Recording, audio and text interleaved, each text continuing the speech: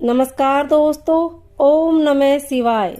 श्रावण मास महात्म्य 11वां अध्याय सुनने के बाद आप हमारे चैनल को सब्सक्राइब करें, बेल आइकन को प्रेस करें ताकि हमारी वीडियो की नोटिफिकेशन सबसे पहले आप तक पहुंचे।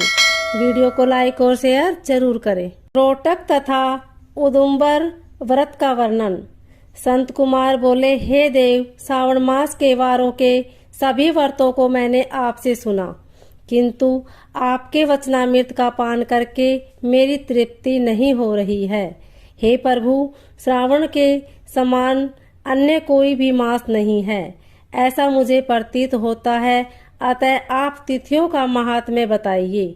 ईश्वर बोले, हे संत कुमार, मासों में कार्तिक मास श्रेष्ठ है, उससे भी श्रेष्ठ माघ कहा गया है, उस माघ से भी श्रेष्ठ वैशाख है और उससे भी श्रेष्ठ मार्गशीर्ष है, जो श्री हरि को अत्यंत प्रिय है। विश्वरूप भगवान से उत्पन्न होने से ये चार मुझे प्रिय है, किंतु 12 मासों में श्रावण तो साक्षात शिव का रूप है। हे संत कुमार, श्रावण मास में सभी तिथियां व्रत युक्त है, फिर भी मैं उनमें प्रधान रूप से कुछ उत्तम तिथियों को आपको बता रहा हूँ। सर्वप्रथम मैं तिथि तथा वार से मिश्रित व्रत आपको बताता हूँ। श्रावण मास में जब प्रतिपदा तिथि में सोमवार हो तो उस महीने में 5 सोमवार पड़ते हैं। उस श्रावण मास में मनुष्य को रोटक नामक व्रत करना चाहिए। यह रोटक नामक व्रत 3.5 महीने का भी होता है। यह लक्ष्मी की वृद्धि करने वाला तथा सभी मनोरथों की सिद्धि करने वाला है। हे मुने, मैं उसका विधान बताऊंगा, आप सावधान होकर सुनिए। श्रावण मास के शुक्ल पक्ष में प्रतिपदा तिथि को जब सोमवार हो तब विद्वान प्रातः काल यह संकल्प करे, मैं आज से आरंभ करके रोटक व्रत करूं। हे सुरश्रेष्ठ, हे जगतगुरो, मुझ पर कृपा कीजिए। उसके बाद अखंडित बेलपत्रों, तुलसी दलों, नीलोत्पल, कमल पुष्पों, कहलार पुष्पों, चंपा तथा मालती के पुष्पों, गोविंद पुष्पों, आक के पुष्पों, उस ऋतु तथा काल में होने वाले नाना विधि अन्य सुंदर पुष्पों, धूप दीप नैवेद्य तथा नाना प्रकार के फलों से शूलधारी महादेव की प्रतिदिन पूजा करनी चाहिए।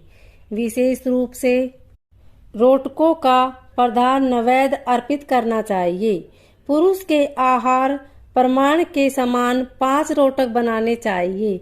बुद्धिमान को चाहिए कि उनमें से 2 रोटक ब्राह्मण को दे, 2 रोटक का स्वयं भोजन करे और 1 रोटक देवता को नैवेद्य के रूप में अर्पित करे। बुद्धिमान को चाहिए कि शेष पूजा करने के अनंतर अर्घ्य प्रदान करें। केला, नारियल, जंबीरी, नींबू, बीज पूरक, खजूर, ककड़ी, दाख, नारंगी, बिजोरा, नींबू, अखरोट, अनार तथा अन्य और जो भी ऋतु में होने वाले फल हो, वे सब अर्घ्य दान में परस्त करें। उस अर्घ्य दान का फल सुनिए। 7 समुद्र सहित पृथ्वी का दान करके मनुष्य जो फल प्राप्त करता है, वही फल विधान पूर्वक इस व्रत को करके वह पा जाता है। विपुल धन की इच्छा रखने वालों को यह व्रत 5 वर्ष तक रखना चाहिए। इसके बाद रोटक नामक व्रत का उद्यापन कर देना चाहिए। उद्यापन कृत्य के लिए सोने तथा चांदी के 2 रोटक बनाएं। प्रथम दिन अधिवासन करके प्रातः काल शिव मंत्र के द्वारा घृत तथा उत्तम बेल पत्रों से हवन करें। हे तात, इस विधि से व्रत के संपन्न किए जाने पर मनुष्य सभी मनवांछित फलों को प्राप्त कर लेता है।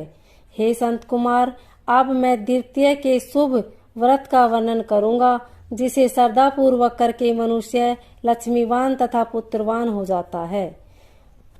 औटुंबर नामक वह व्रत पाप का नाश करने वाला है। शुभ सावन का महीना आने पर द्वितीय तिथि को प्रातःकाल संकल्प करके बुद्धिमान को विधि पूर्वक व्रत करना चाहिए। इस व्रत को करने वाला स्त्री हो या पुरुष, वह सभी संपदाओं का पात्र हो जाता है। इस व्रत में प्रत्यक्ष गुल्लर के वृक्ष की पूजा की करनी चाहिए, किंतु गुल्लर वृक्ष न मिलने पर दीवार पर वृक्ष का आकार बनाकर इन 4 नामों से उनकी पूजा करनी चाहिए। हे उदुम्बर, आपको नमस्कार है। हे हेमपुष्पक, आपको नमस्कार है। जंतु सहित फल से युक्त तथा रक्त अंडतुल्य फल वाले आपको नमस्कार है। इसके अधिदेवता शिव तथा शुक्र की भी पूजा गुल्लर के वृक्ष में करनी चाहिए। इसके 33 फल लेकर 3 बराबर भागों में बांट लेना चाहिए। इसमें से 11 फल ब्राह्मण को 11 फल देवता को अर्पण करें और 11 फलों का स्वयं भोजन करें। उस दिन अन्न का आहार नहीं करना चाहिए। शिव तथा शुक्र का विधिवत पूजन करके रात में जागरण करना चाहिए। हे तात, इस प्रकार 11 वर्ष तक व्रत का अनुष्ठान करने के बाद व्रत की संपूर्णता के लिए उद्यापन करना चाहिए।